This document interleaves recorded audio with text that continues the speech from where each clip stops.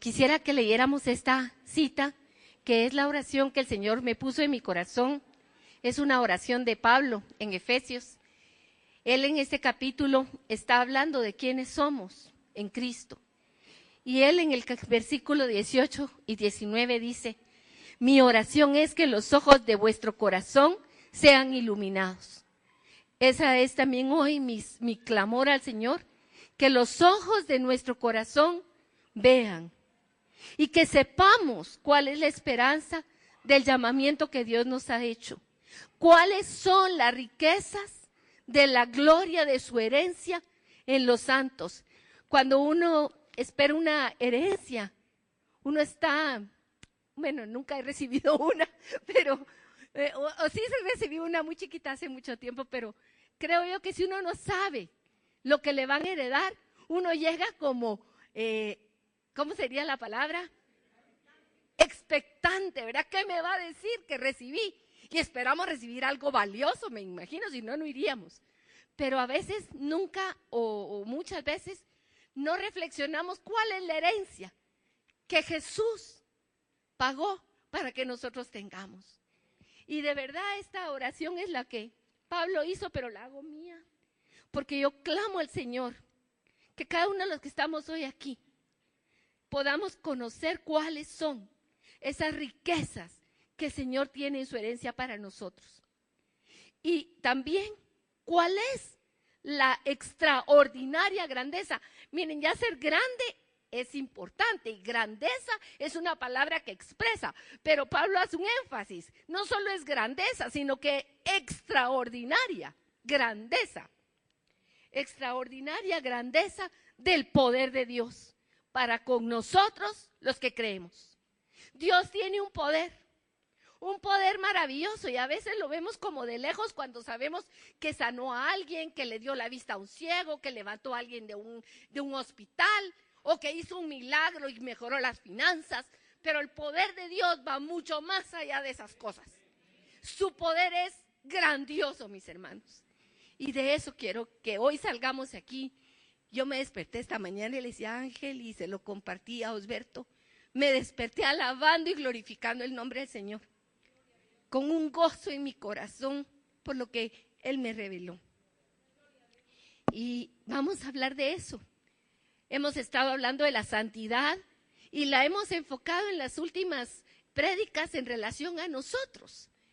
Pero hoy no vamos a vernos a nosotros, vamos a poner nuestra mirada en el cielo, en el Dios Altísimo, que es el Santo, Santo, Santo. Amén. Gloria a Dios. Bueno, pasemos entonces y vamos a ver lo primero. Hemos estado viendo a través de las diferentes prédicas que el Señor nos ha hablado, porque no es el predicador, mi hermano, el que habla aquí. El Señor aquí pone hombres y mujeres que usamos su palabra y la predicamos, pero que el Señor habla a través de su palabra.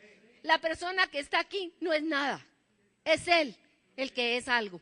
Nosotros no somos nadie. Y sin santidad, ninguno de los que estamos hoy aquí sentados verá a Dios. Y miren, cuando yo oigo esto, puedo sentirme con un temblor. Porque si se necesita ser santo para ver a Dios y eso dependiera de mis fuerzas, mis hermanos, ya estoy descalificada, definitivamente. Y no solo yo, permítanme que le diga que todos los que están aquí están descalificados también. Ninguno veríamos a Dios. Y por eso es la pregunta, ¿podemos ser santos? ¿Celeste? Sí. ¿Es esto posible? A ver, ¿quién aquí? ¿Sí? Ok, sí es cierto. Es posible. Dios, el Señor, es esto lo que nos dice. Fíjense que no lo dice como una súplica, ni como a ver si lo logran ustedes. Cuando Dios habla en diferentes tiempos. Los que estudiamos un poquito del idioma, a mí me gusta el estudio del idioma. Fue una de mis clases que gané con buen punteo. Y miren, aquí en este texto, el Señor está hablando, no en una pregunta, ¿será acaso que van a ser santos? No, tampoco está diciendo, a ver si pueden, como una suposición. Él está dando una indicación, un imperativo. ¿Me seréis, pues, santos? les guste o no les guste, ustedes van a ser santos, porque yo, el Señor, soy santo. Y os he apartado de los pueblos para que seáis míos. El asunto es, vamos a ser santos no porque yo quiera, no porque yo pretenda, no porque yo me esfuerce, sino porque Él es santo y porque Él me agarró y me apartó y me hizo de Él. Me compró. Y en Oseas también el Señor dice, en medio de ti, ¿dónde? A ver, hagámoslo personal. ¿Dónde dice el Señor? En medio de mí. Él es santo. Amén. Miren qué gloriosa esta palabra. Qué preciosa. Y más que preciosa, qué poderosa. Cuando contemplamos la santidad de Dios, como le pasó a uno de los personajes que hoy vamos a leer algo en la palabra, la santidad de Dios nos enceguece primero. Si usted entra a un cuarto que está lleno de luz y usted viene de un cuarto oscuro, ¿qué le pasa a sus ojos? ¿Cuál es su reacción primera? Si viene alguien y le pone una flash encima de los ojos, si usted ve en la oscuridad de la carretera y de repente aparece un tráiler que trae no sé cuántos focos de LED que le apuntan a los ojos, usted hasta pierde el control del carro. Porque la intensidad de la luz que penetra es grandísima. Cuando la santidad de Dios, que es la luz perfecta, se presenta ante nosotros, lo primero que causa es un cerrar los ojos. Un cerrar los ojos, pero al mismo tiempo, esa luz, conforme tú te vas aclimatando a esa fuerza, te empiezas a ver todas las manchas que puedan haber en ti. Y ver esa grandeza de luz, esa grandeza de la santidad de Dios, primero nos hace decir como los serafines, ¿verdad? Delante de Él, santo, santo, santo. Y se queda uno como tartajo, ya no puede decir otra cosa más que santo, porque Él es grandioso. Y la palabra santo expresa lo más grande, lo más perfecto. A veces no tenemos esa claridad, pero la palabra santo quiere decir íntegro, completo, todopoderoso, justo, misericordioso. La palabra santo encierra toda la plenitud de todas las cosas maravillosas y buenas que tú o yo podamos tener en la cabeza. Y Él es santo, santo, santo. Quiere decir santísimo, grandísimo, maravilloso. No tenemos como palabras para expresar la grandeza de Él. Pero también nos muestra quiénes somos nosotros. Cuando contemplamos su santidad, y esto, mis hermanos, qué importante. Mientras nosotros no vemos realmente la dimensión de Dios, tal vez consideramos que somos algo.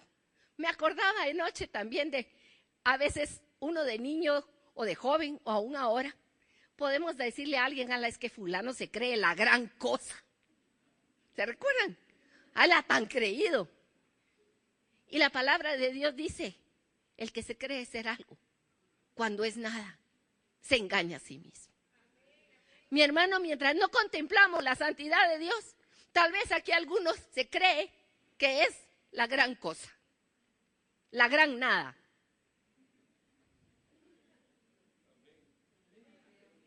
Te crees muy inteligente, te crees muy capaz, te crees muy sabio, te crees mejor que el que se sienta a tu lado, tú tienes mejores ideas, tú eres más sabio, tú tienes más revelaciones de Dios. Miren, pararse aquí qué difícil. Alguien dijo, es que aquí no queda predicador parado, porque todos después, es que le faltó esto, le pareció lo otro, tal vez fuera mejor que fuera lo otro.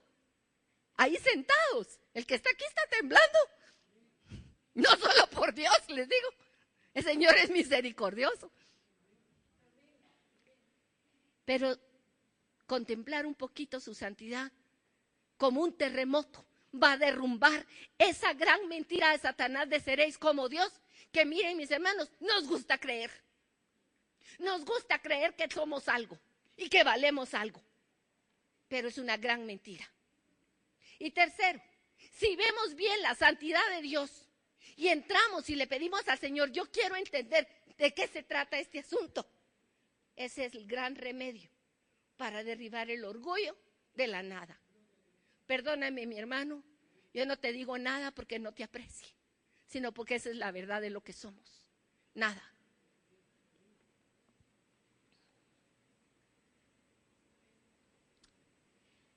tengo aquí, les traigo a la memoria algunas cositas o algunos encuentros de la santidad de Dios con el hombre. Cada domingo venimos, nos juntamos como congregación para alabar y bendecir el nombre de Dios, para estar en su presencia y sentimos su presencia.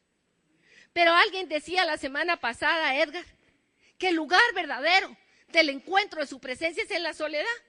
Y estos casos que les voy a poner tuvieron ese encuentro en la soledad con Dios. Y fíjense que más aún, ni siquiera ellos lo estaban buscando. Les voy a recordar. El primer caso, Moisés. Moisés salió huyendo al desierto porque había matado a un egipcio. Y a mí no me digan que Moisés se fue por valiente y buena onda.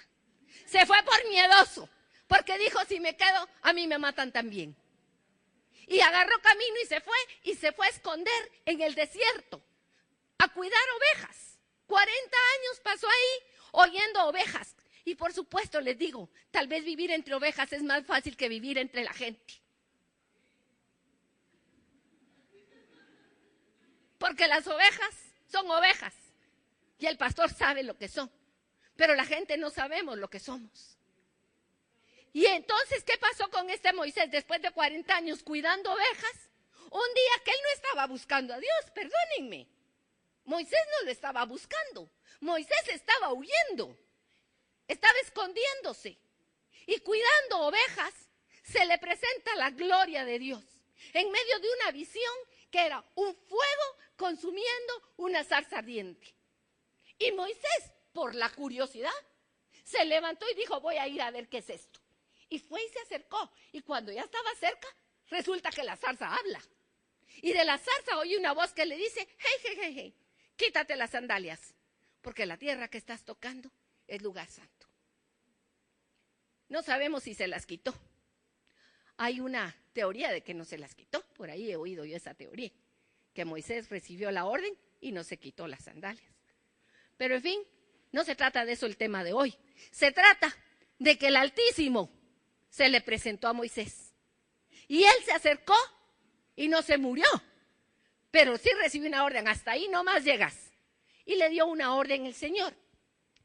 Después Moisés, conforme pasó el tiempo y ya fue conociendo un poquito más al Señor, entró algo en confianza.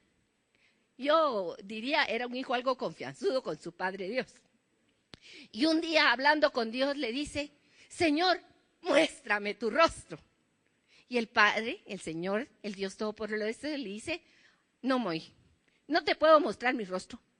Porque resulta que si tú me ves como yo soy, te mueres. Así que, ¿sabes qué? Como un Padre amoroso que soy, yo te voy a dar una probadita de mi gloria. Y le dijo, vas a subir al monte y te vas a esconder entre la peña. Y ahí yo voy a pasar delante de ti, pero no de frente. Solo te voy a mostrar un poquito de mi espalda. Bueno, imagínense, uno diría, es como, ay, siquiera le alcancé a ver un poquito del pelo. Pero miren, pasó la gloria del Señor enfrente de Moisés, pronunciando el nombre glorioso del Señor. Moisés estaba ahí petrificado, dice que se quedó 40 días en la montaña, sin comer y sin beber nada, porque estaba en ayuno. ¿Y saben qué le pasó a Moisés? Cuando bajó, él ni siquiera se había dado cuenta. Venía brillante, venía echando chispas, sacando rayos de luz. Y los que lo vieron se asustaron. ¿Qué tiene este? ¿Cómo viene? Moisés no se dio cuenta de lo que le pasó. Él había estado ahí, había degustado de la gloria de Dios, pasó sin comer, ni sintió hambre, ni sintió sed, bajó con las tablas y que iba lleno del fuego de la gloria del Señor. Y los que lo vieron fueron los que estaban alrededor. Otro ejemplo, porque no solo Moisés. ¿Se recuerdan de Jacob? Jacob tampoco se fue huyendo de su casa porque muy buena onda y que iba a buscar mejor destino, como creen algunos jóvenes que ya a los 18 dicen me voy. No, miren, Jacob se fue porque le había quitado la primogenitura a su hermano y él sabía que si se quedaba Esaú se lo iba a volar. Y me imagino que Esaú era un poco más grande y tal vez más fuerte, porque si no a veces cuando vemos al contrincante pequeño dice, no, me quedo, yo le hago frente, pero Esaú debe haber sido grande. ¿Y saben qué? Jacob se fue huyendo. Y en esa huida, él en el desierto tuvo varios encuentros con el Señor, pero no fue que él buscara al Señor, sino que el Señor lo buscó a él. Una de ellas fue cuando se acostó en el camino y durmiendo sobre una piedra, de repente tuvo un sueño maravilloso. Y en ese sueño, él vio la gloria de Dios. Vio ángeles que bajaban por una escalera y volvían a subir. Y cuando se despertó en la mañana dijo, esta es casa de Dios. Aquí se manifiesta la presencia de Dios. Incluso hizo un contrato o como tal vez diríamos, ¿cómo? No, los hombres no pueden hacer pacto con Dios, mi hermano. Dios es el que hace pacto con el hombre. Pero el hombre lo que hace tal vez es un trato. Voy a hacer un trato contigo, Dios. Si tú me das lo que yo necesito, te prometo que te voy a dar el diezmo. Todavía no había ley, pero ya él estaba, cuando Dios puso la ley a Abraham, más años más tarde, Abraham ya estaba en los lomos, Leví estaba en los lomos de Abraham. Total, que esa fue una vez que Jacob vio la gloria del Señor. Y se va y pasa todo, ustedes se recuerdan todo lo que pasó, y si no se acuerdan vayan a leer la Biblia, por favor, para que por lo menos sepan de qué estoy hablando. Se fue y pasó muchos años y le fue re mal al pobre Jacob. Pero al final de cuentas, un día tuvo que regresar. Y venía y llegó a un lugar que se llama Jaboc. Interesante, es lo mismo que Jacob, solo que tiene las letras cambiadas. Era un río que había que atravesar antes de llegar a donde se iba a encontrar con Esaú de regreso. ¿Cómo creen ustedes que iba Jacob de regreso a encontrarse con Esaú?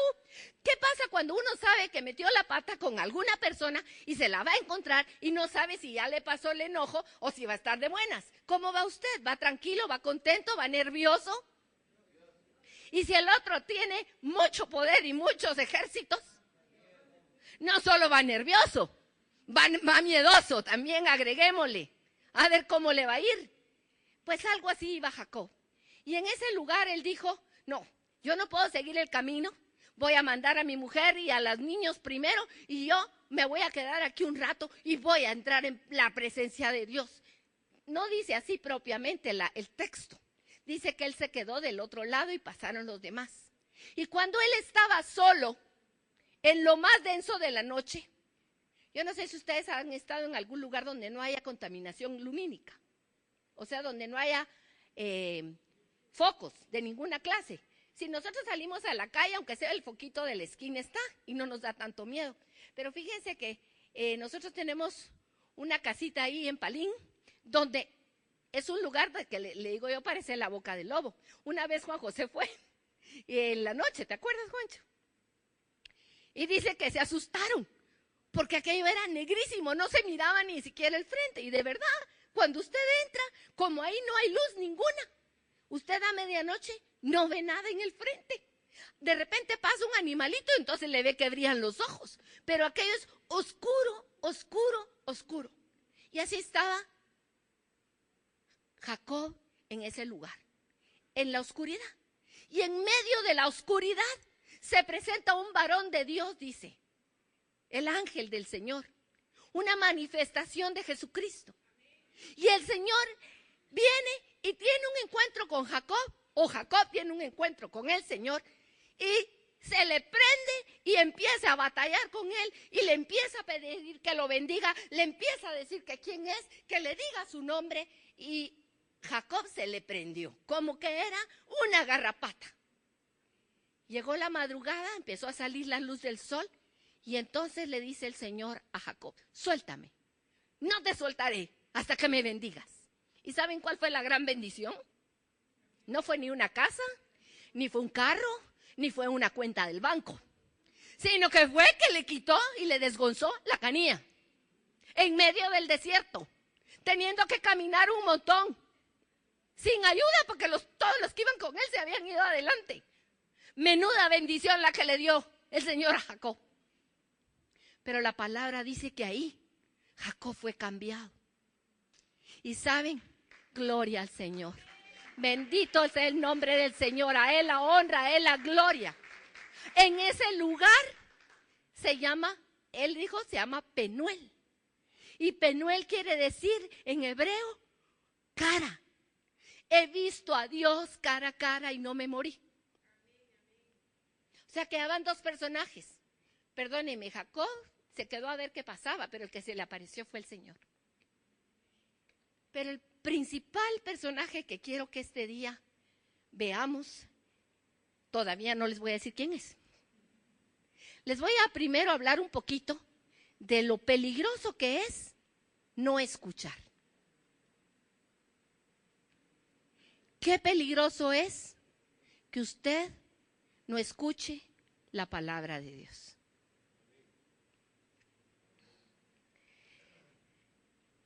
Dios ha establecido cómo debemos acercarnos a Él.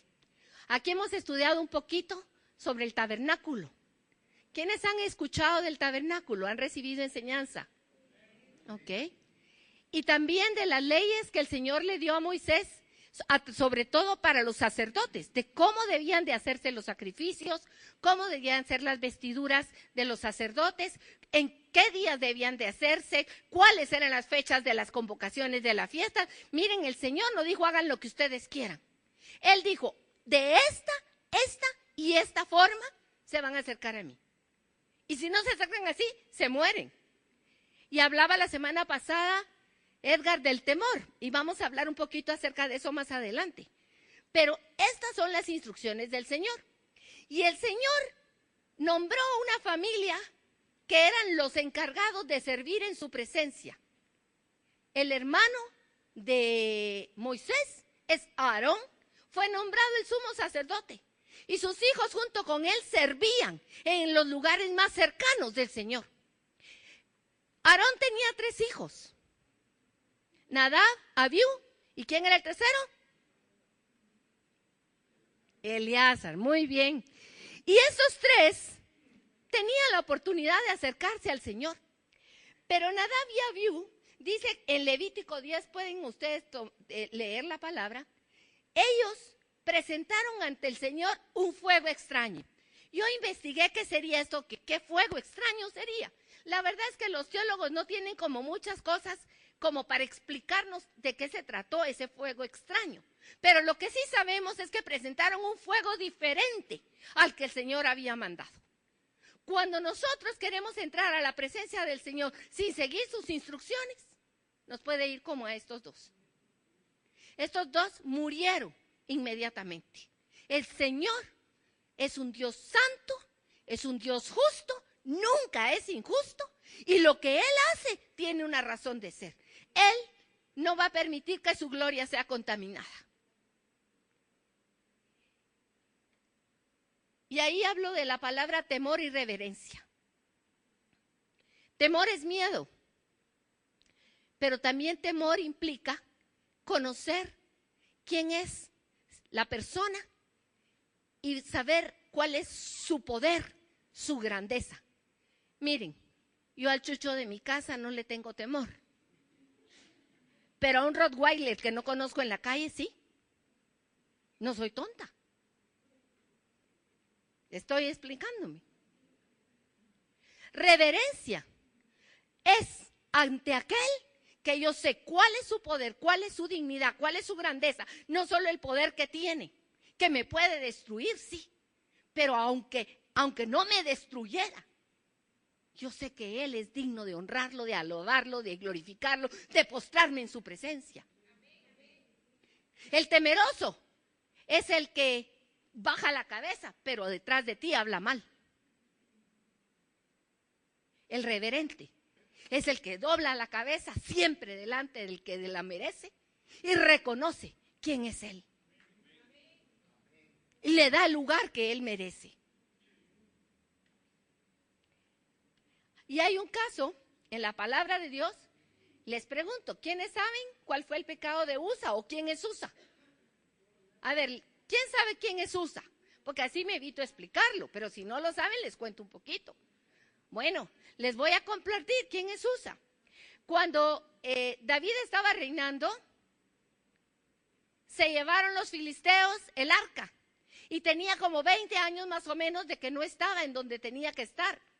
Y entonces, ¿qué sucede? David dice, vamos a irla a traer de regreso para ponerla en la tienda, porque todavía no había templo. Y van por ella, pero no siguen las instrucciones de Dios tampoco, igual que Nadab y Abiú no siguieron las instrucciones. La palabra decía claramente cómo debía de ser el arca y quiénes tenían que llevar el arca. Y tenían que llevarla cargada con unas varas especiales, no se podía tocar, era una familia de los levitas la que se encargaba del transporte del arca y tenían que llevarla de tal o cual manera. Pero cuando David estaba tan contento, se olvidó de las instrucciones. Y él subieron el arca en una carreta,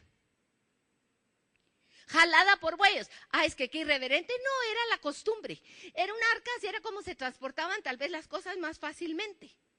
Y la carretera con unos buenos bueyes, no pusieron a los más viejos ni nada, pusieron buenos bueyes, galanes. Entonces, ¿qué pasó? Iban caminando y en eso los bueyes tropezaron. Y Usa, que era uno de los soldados del ejército de David, viene y él pensó, voy a detener con mis manos para que no se caiga el arca. Y en ese mismo momento se aplica la justicia de Dios y ahí en ese mismo lugar cae muerto Usa. Cuando uno lee la palabra de Dios sin tener un contexto, uno puede decir, pero Dios, ¿qué le pasa? ¿Cómo hizo eso? Si el otro pobrecito lo que estaba haciendo era algo bueno, de tener que se cayera el arca. Mi hermano, las buenas intenciones, podemos estar equivocados de cómo hacer las cosas. Las buenas intenciones nuestras, antes de ejecutarlas, comparémoslas con la palabra de Dios.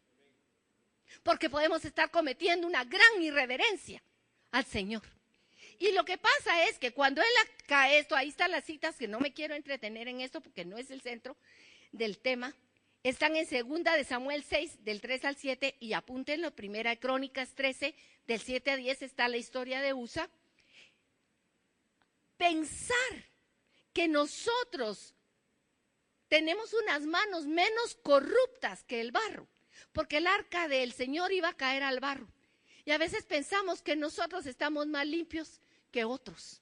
Pensamos que estamos más limpios y que debemos defender el nombre del Señor, que tenemos la capacidad de hacerlo. Pero el único que es limpio es el Señor. Cuidado con esa presunción, cuidado con la presunción de pensar que le hacemos un favor al Señor. Él no necesita ningún alabador aquí, mis hermanos. Él no necesita ningún predicador en este lugar, ni tampoco necesita ninguno de ustedes sentados en esas sillas. Jóvenes, no te necesita aquí el Señor. Viejos, no te necesita tampoco. Él no necesita a ninguno. Nosotros le necesitamos a Él. Tú no nos haces un favor con venir a escuchar la palabra del Señor. O porque tu papá o tu mamá te traen a la fuerza. Gloria a Dios por esos hombres y esas mujeres que mientras pueden traen a sus hijos para escuchar. Pero si tú crees que estás aquí haciéndole un favor a tus papás, no le estás haciendo un favor a ellos, ni a nosotros. El Señor tú lo necesitas. Y por último de esto sí quiero que vayamos y vamos a leer. Nos vamos a ir a 2 de Crónicas 26. Por favor, acompáñenme.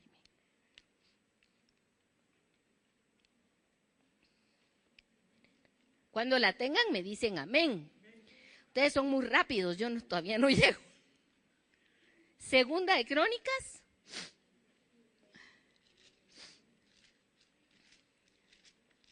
Capítulo 26, ¿ya la tienen?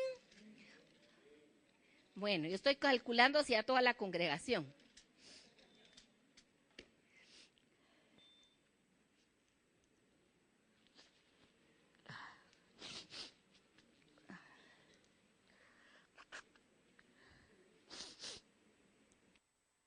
Sí.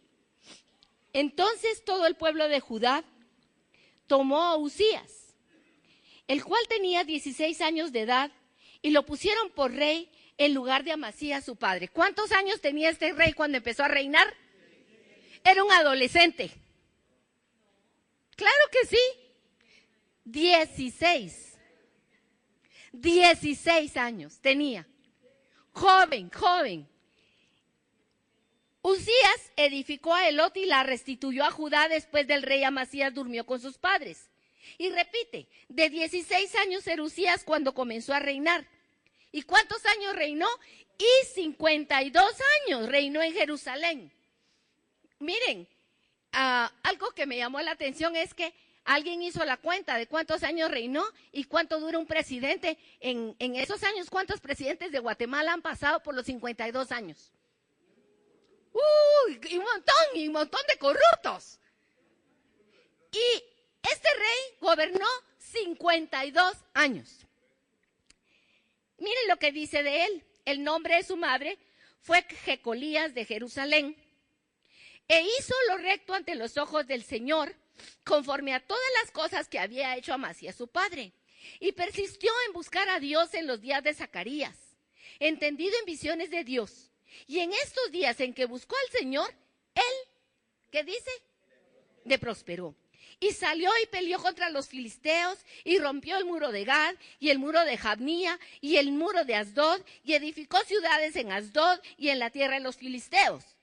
Dios le dio ayuda contra los filisteos y contra los árabes que habitaban en Gur-Baal y contra los amonitas. Y dieron los amonitas presentes a Uzías y se divulgó su fama hasta la frontera de Egipto porque se había hecho altamente poderoso. Edificó también Uzías torres en Jerusalén junto a la puerta del ángulo y junto a las puertas del valle y junto a las esquinas. Versículo 10. Edificó torres en el desierto y abrió muchas cisternas porque tuvo muchos ganados, así en la Cefela como en las vegas y viñas y labranzas, en los montes como en los llanos fértiles, porque era amigo de la agricultura. Miren, describen a este hombre, yo quiero un gobernante así en Guatemala.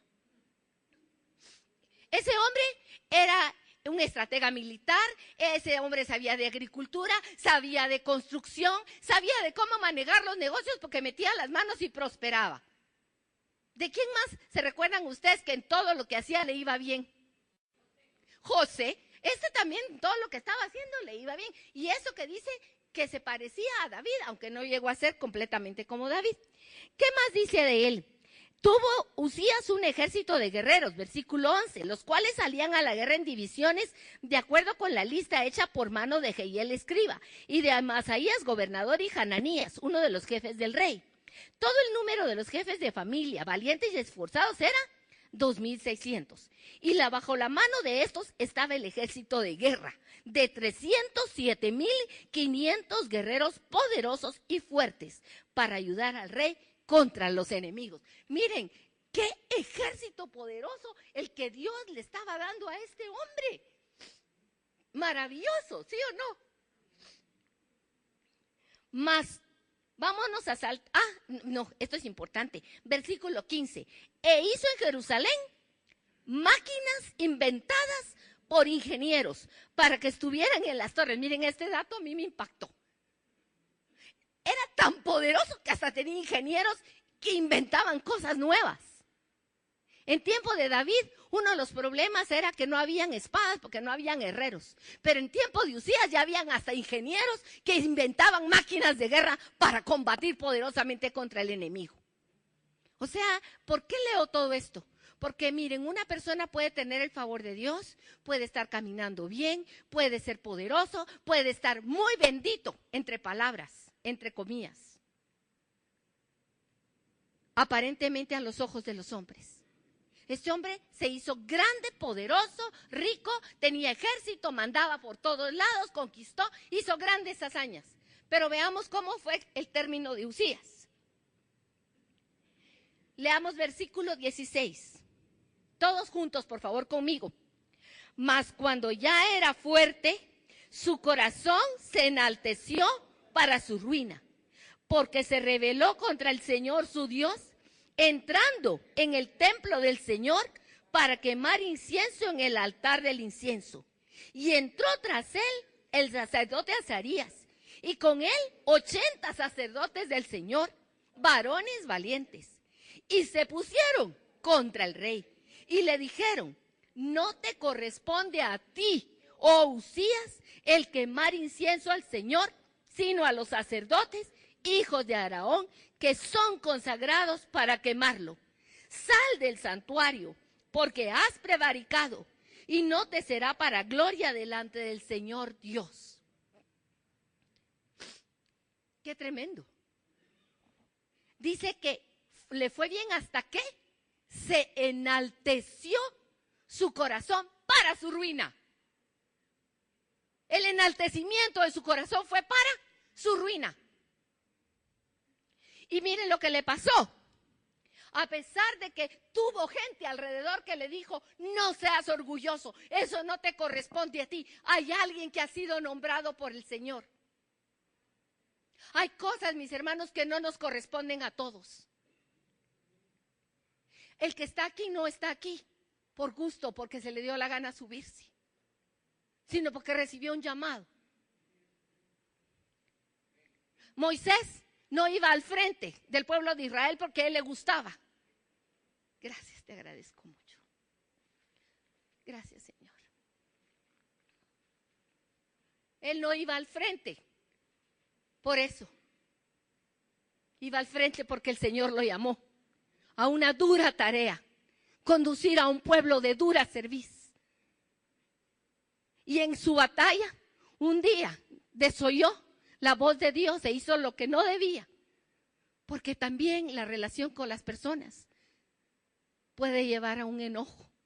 Y hizo lo que no debía y él no pudo entrar a la tierra prometida.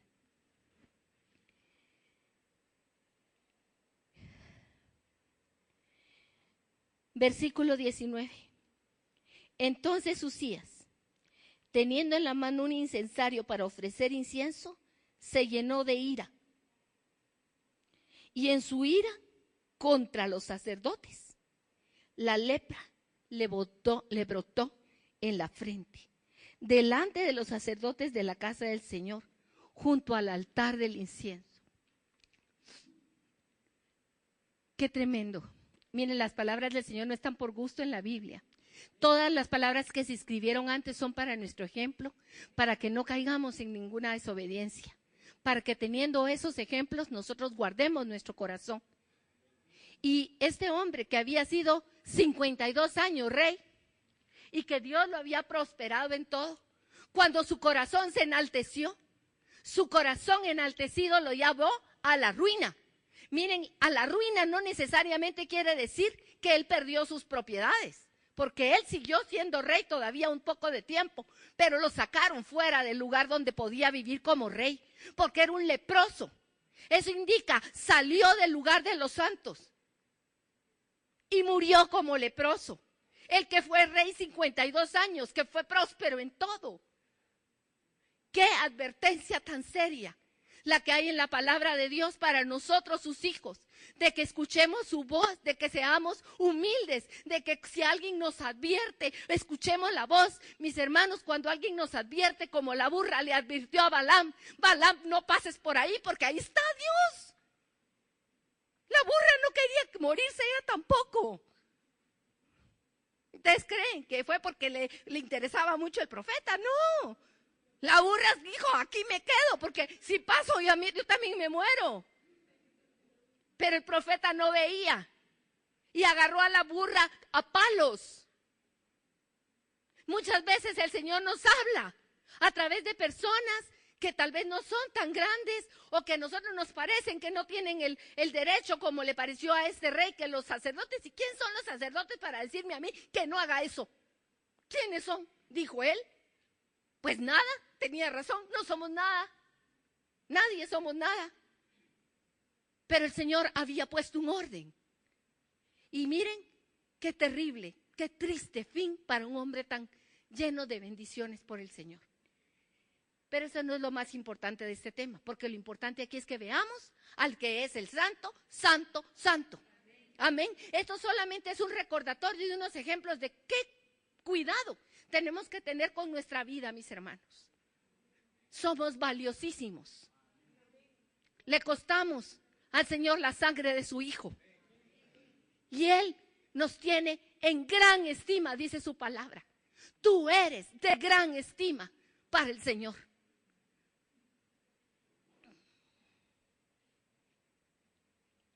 Ahora quiero que vayamos y vamos tal vez por el tiempo lo voy a parafrasear, pero ustedes lo pueden leer en Isaías, capítulo 6, nos habla de Isaías y de un momento que precisamente tiene que ver con Uzías, porque dice que el año que murió el rey Uzías fue cuando Isaías tuvo una visión de la gloria, de la santidad de Dios. Él estaba en el templo. Isaías estaba ahí. Isaías es hijo, dice Isaías ben Amós. La palabra ben en hebreo quiere decir hijo de. Isaías ben Amós estaba en el templo. Isaías es un profeta que sale de lo común de los profetas. La mayoría de los profetas que vemos en la Biblia eran hombres del pueblo, que no tuvieron mucha formación, que eran de una clase media o más bien pobres, como incluso fue Amós, uno de los profetas menores, que dice, pero si yo no soy más que un pastor. Pero Isaías es diferente. Isaías era de cuna noble. Isaías tuvo la oportunidad de relacionarse en un alto nivel social. Es diferente. Pero Isaías estaba, el año que el rey Uzías murió, él había podido ver la historia de Uzías de primera plana. Y él estaba en el templo. Cuando en medio del templo, en un momento, se presenta la gloria del Señor. Y él dice que pudo ver al Señor en su majestad sentado en su trono. Y que habían serafines que corrían de un lado al otro en el templo y que cantaban santo, santo, santo y santo, santo, y que tenían unas alas y se cubrían el cuerpo, se cubrían los pies, se cubrían el rostro, 3 pares de alas. La palabra habla que los serafines son como llamas de fuego que van y vienen a gran velocidad. Cuando hace unos años estuvo aquí un hermano, Carlos Estal, nos compartió de lo que es hacer la voluntad de Dios. ¿Quiénes se recuerdan de ese tema? Y él mencionó aquí, habló de los serafines que van delante del carro del Señor y cuando el Señor dice, ve, rum, zumban y rum, regresan. O sea, una de sus características es la velocidad de transportarse, el deseo de que tienen de mantenerse humillados delante de la presencia del Señor. Las alas es eso, por temor y reverencia de Dios, no temor de miedo. Porque ellos siempre están en la presencia del Señor y conocen de su amor, de su grandeza, de su bondad, de su misericordia. Pero ellos no se sienten nunca dignos de estar viendo, de levantar su rostro delante de Él. Siempre tienen una actitud de reverencia y de humildad ante el Santo de los Santos. Y lo proclaman constantemente. Santo, santo, santo es el Señor. Él es grande.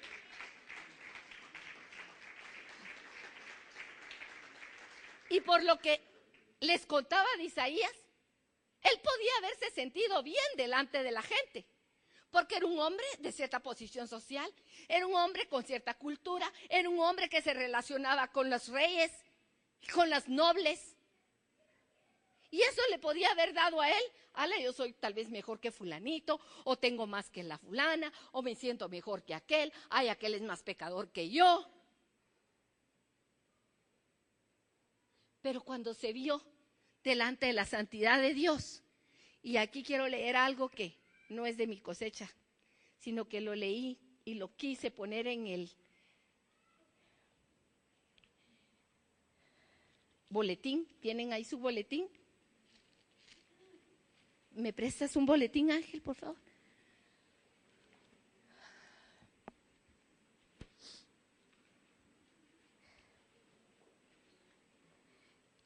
En el libro La Santidad de Dios, que se los recomiendo si lo pueden buscar en el internet, del autor R.C. Sproul, él dice, el profeta Isaías era un hombre de integridad, un hombre completo.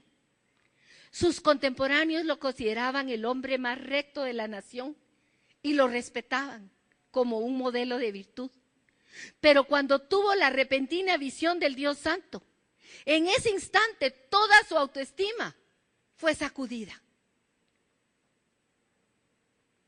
Comparado con otros mortales, miren mis hermanos, si yo me comparo aquí con algunos, probablemente me voy a sentir mucho mejor. O en otro caso, me voy a sentir mucho peor. Igual tú, si te comparas conmigo o con cualquiera que está a tu lado, tal vez tú vas a tener razones humanas para decir, soy mejor, yo pienso mejor, yo no hago lo que ella hace, yo no hablo como ella habla, yo soy más dulcita. En cambio, era tan arrebatada que es. Y estoy hablando de mí. Si nos comparamos entre nosotros, tal vez podamos decir, me siento mejor que alguien más de aquí. Comparado con otros mortales, él podía sostener una alta opinión de sí mismo. Pero en el instante que se midió con la norma suprema, él fue, ¿qué dice ahí? Deshecho moralmente y espiritualmente, fue devastado, fue desintegrado, desarticulado, su sentido de integridad se derrumbó. Mis hermanos, si nos comparamos entre nosotros, estamos engañándonos. El que se cree ser algo, a sí mismo se engaña. Pero si nos ponemos delante de la santidad de Dios, nos vamos a ver cuál tal somos. Entonces nuestro sentido de integridad se derrumba y podemos decir, como dijo ahí Isaías, ¡ay de mí! Ese ¡ay de mí! Quiere decir, ¿qué miedo tengo? Estoy ante el santo, voy a morir de plano, no tengo ningún derecho, no tengo ninguna justicia que presentar delante de él. Entonces dije, ¡ay de mí! Que soy muerto. Porque siendo hombre inmundo de labios y habitando en medio del pueblo que tiene labios inmundos, han visto mis ojos al Rey, el Señor de los ejércitos. Y llama la atención porque habla de labios inmundos, ¿verdad? ¿Por qué no dijo, ay de mí, que soy un pecador? O ay de mí, que hago tales cosas. Y que todos los israelitas hacen y vuelven. Él habló de labios inmundos, de pueblo de labios inmundos. Recordémonos dónde habla la palabra de Dios de la lengua, de la boca. Marcos 7, del corazón brota lo que sale por la boca. ¿Y qué es lo que sale por la boca? Los malos deseos, la lujuria, los asesinatos, las envidias, los celos. El problema es que la boca es el emisor de lo que hay verdaderamente entre el ser del hombre. Y Santiago también habla de la boca, cuando dice que es un fuego dentro de nosotros y que la lengua dentro de nosotros dice que si la controlamos, ese hombre es perfecto. Aquí no hay ninguno que controlemos la lengua, porque si usted ya la controla, ya no está aquí, ya se fue a la presencia de Dios.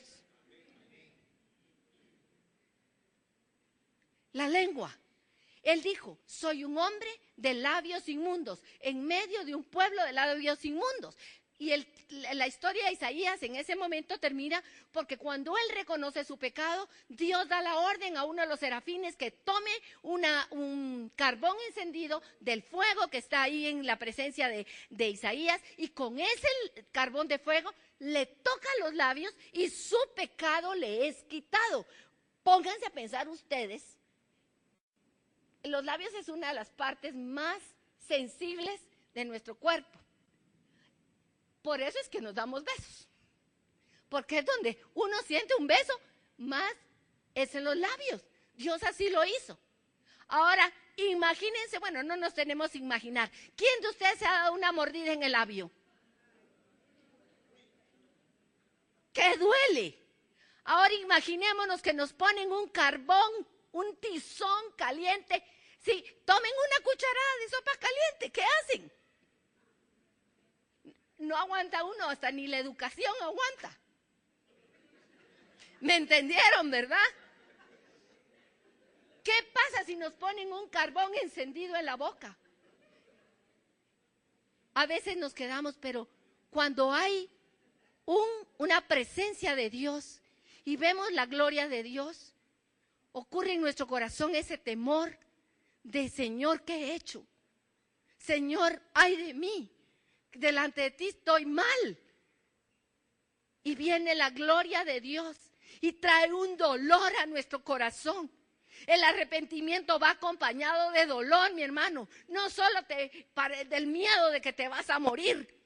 El dolor de ofender a alguien a quien tú amas y que sabes que eres amado profundamente por él. Es un dolor intenso cuando uno se ve y ve su miseria delante del que más te ama, que es el Santo. Y su nombre, mis hermanos, Su nombre es glorioso. Pero el nombre que está escrito en las Escrituras no se puede pronunciar. ¿Ustedes saben cómo se escribe? Tiene 4 letras en hebreo, que son la Y, la H, la W y la H. En hebreo se llaman Yod, Hei, Bab, Hei. Esas letras tú no lo puedes pronunciar. Las traducciones más adelante se les agregaron vocales.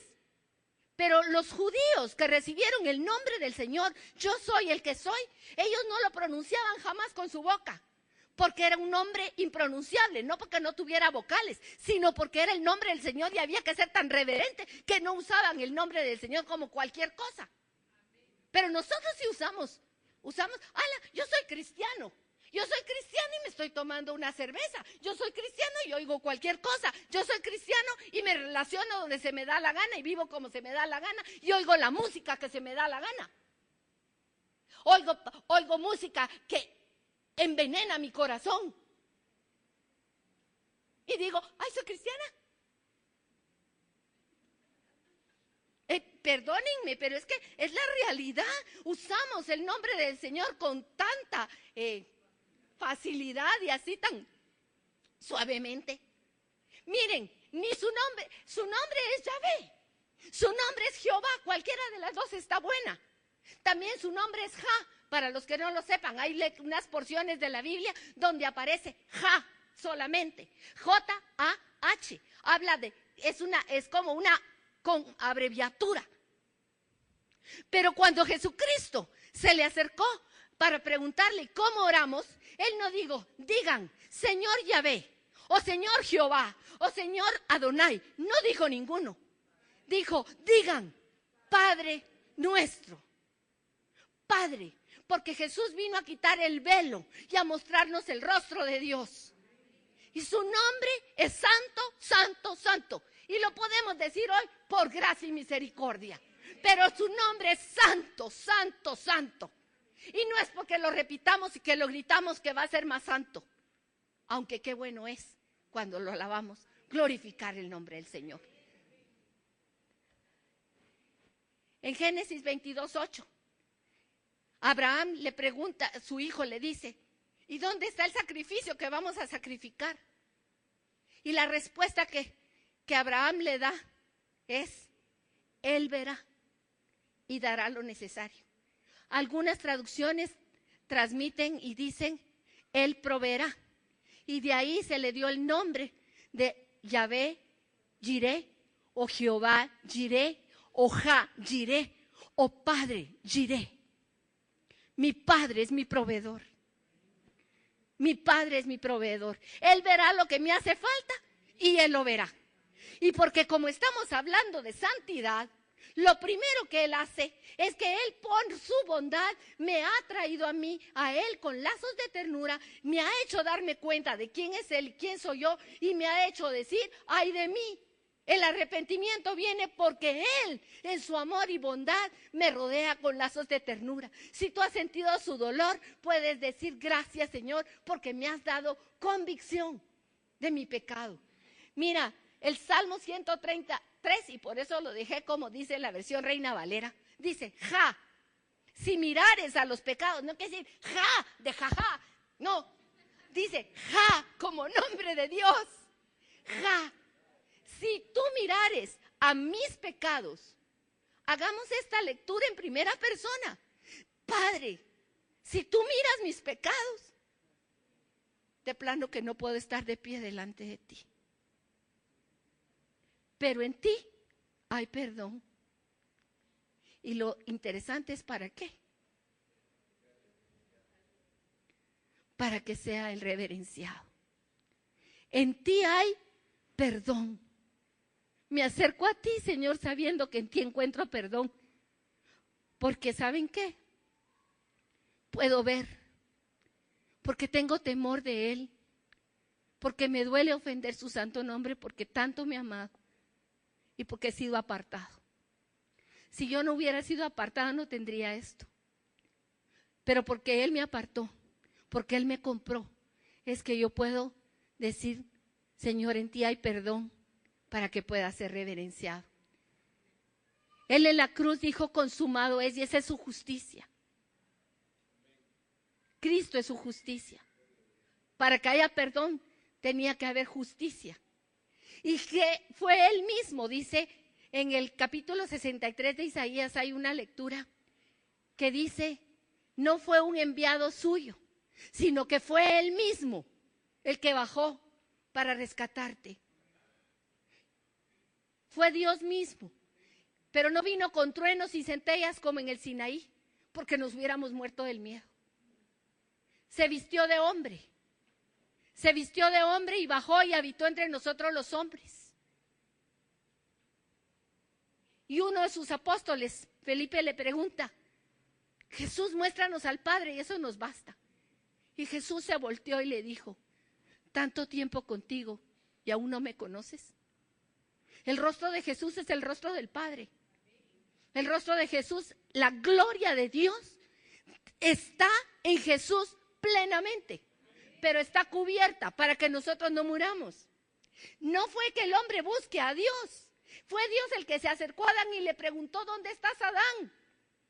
Fue Dios el que le hizo las vestiduras para que saliera cubierto. Fue Dios el que se acercó a Moisés, fue Dios el que se acercó incluso a Caín. Fue Dios el que se acercó a Jacob, a la Sulamita, a tocar la puerta, y la Sulamita se dio el tupé de decir, ya me acosté, ya me quité los zapatos. Fue Él el que se acercó a la samaritana al mediodía al pozo. Y si es Él el que se acercó a ti y a mí, y es Él el que me pregunta cada mañana al despertar,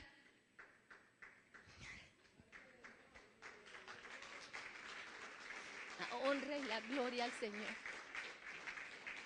Él me pregunta, ¿dónde estás, Carol? ¿Dónde estás? Él busca al pecador porque Él nos ama. Y aunque Él se veía como cualquiera de nosotros, en Él está la divinidad plena, completa. Lo dice la palabra, pero también lo demuestra. Él es el que camina sobre las aguas, Él es el que hace que el viento se detenga. Y la pregunta es, ¿por qué no morimos entonces al estar ante el Señor? Porque Dios es el fuego consumidor. Y sin embargo, al estar delante de Él, no morimos. ¿Por qué Dios da misericordia? A pesar de que somos infieles, a pesar de que somos malagradecidos, a pesar de que le desobedecemos. ¿Por qué tolera a nosotros que somos criaturas rebeldes, que cometemos traición a su santidad? Él no está obligado a darte misericordia. Cuando tú la pides, crees que porque la pides tienes derecho, ¿no? Él dice claramente en su palabra que Él va a dar misericordia a quien Él quiera darle la misericordia. No está obligado, no te debe nada. Pero ¿saben por qué lo hace? Porque Él está preparándonos. Él está preparándonos y la meta, por eso empecé con la oración de Pablo, que el Señor nos haga ver cuáles son las riquezas de su herencia. Moisés le pidió verle cara a cara y saben ustedes que eso es lo que va a pasar cuando estemos delante de Él. Lo que Moisés no pudo ver, nosotros lo vamos a ver cara a cara. Nosotros vamos a estar delante de su presencia, pero para hacerle ver cara a cara, nos tenemos que quitar las sandalias. Quitarte las sandalias es quitarte el cuero, es la piel muerta. Esta es una señal de humildad, pero más aún, es una señal que nos debe hablar de cuántas cosas tenemos que quitarnos para estar en la presencia del Señor. Es necesario quitarnos las sandalias o los tacones, pues. Porque la zarza ardiente ya no está afuera, mis hermanos. La zarza ardiente vive en mí. Jesús es el fuego consumidor que está dentro de tu corazón. Él ha venido y Él no va a descansar hasta terminar la obra completa en ti. Él es esa salsa ardiente adentro de mí. Y la mejor bendición que yo te puedo desear hoy está en Números 6, 24, 26. Es la bendición que hacen los judíos. ¿Y saben por qué es la bendición la mejor que sentí hoy? Porque en ella piden que el rostro del Señor esté sobre nosotros, que haga resplandecer su rostro sobre nosotros y que tenga misericordia el Señor que hable. La voy a leer mejor. El Señor te bendiga y te guarde. El Señor haga resplandecer su rostro sobre ti y tenga de ti misericordia. El Señor alce sobre ti su rostro y ponga en ti paz. Cuando iniciamos, Armando dijo, si alguno no tiene paz. Mis hermanos, si tú has creído en Jesucristo, ya hay paz entre tú y Dios. Las circunstancias son cosas del camino de la vida, pero ya tenemos paz con Dios. Él hizo la paz. Y Juan dice, ahora somos hijos de Dios y aún no se ha manifestado lo que hemos de ser. Pero sabemos que cuando Él se manifieste, seremos semejantes a Él, porque le veremos tal como Él es. Bienaventurados los limpios de corazón, pues ellos verán a Dios. Y esta limpieza no depende de ti, sino del Santo que mora en ti y que tú te rindas a Él cada momento. Cierra tus ojos, vamos a escuchar es un canto, pero que sé que hoy te va a hacer tanto sentido en tu corazón. Solamente una palabra, solamente una oración. Cuando llegue a tu presencia, oh Señor, no me importa en qué lugar de la mesa me hagas sentar, o el color de mi corona, si la llego a ganar. Solamente una palabra, si es que aún me queda voz, y si logro articularla en tu presencia. No te quiero hacer preguntas, solo una petición. Y si puede ser a solas, mucho mejor. Solo déjame mirarte cara a cara y perderme como un niño en tu mirada, y que pase mucho tiempo y que nadie diga nada, porque estoy viendo al Maestro cara a cara. Que se ahogue mi recuerdo en tu mirada. Quiero amarte en el silencio y sin palabras, y que pase mucho tiempo y que nadie diga nada. Solo déjame mirarte cara a cara. Que esta sea nuestra oración esta mañana. Solo déjame mirarte cara a cara. Quiero ver tu rostro, Señor. Quiero llegar a tu presencia y deleitarme contigo y gozar, Señor, de la gloria de tu presencia. Te amo, Señor. ¿Cómo no amarte si tú me has amado a mí primero? Te quiero alabar y bendecir con todo mi corazón. Vámonos con este sabor de, Señor, te necesito. Quiero ver tu mirada, pero llenos del gozo de su salvación, sabiendo que su nombre es nombre sobre todo nombre, y que en su nombre hay poder, poder para la gloria. Bendito sea el nombre de Jesús.